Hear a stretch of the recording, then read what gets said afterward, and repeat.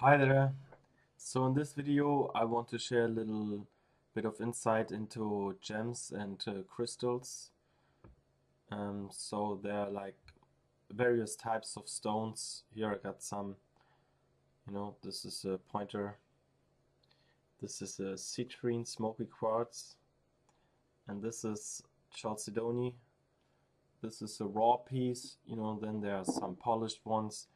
And the one thing I wanted to go over with is if you like lie down, meditate, you can put stones on the spots that you feel like having issues and they might relieve tension.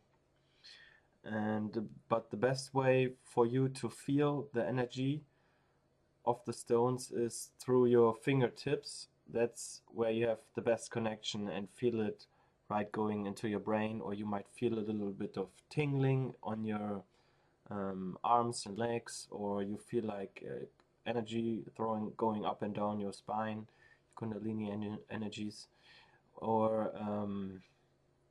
yeah. So those are some of the basics that I wanted to share in this video, and I will keep you updated and make some more videos, and soon I will be releasing a free video course on how to use various different types of stones and how to use them in meditation.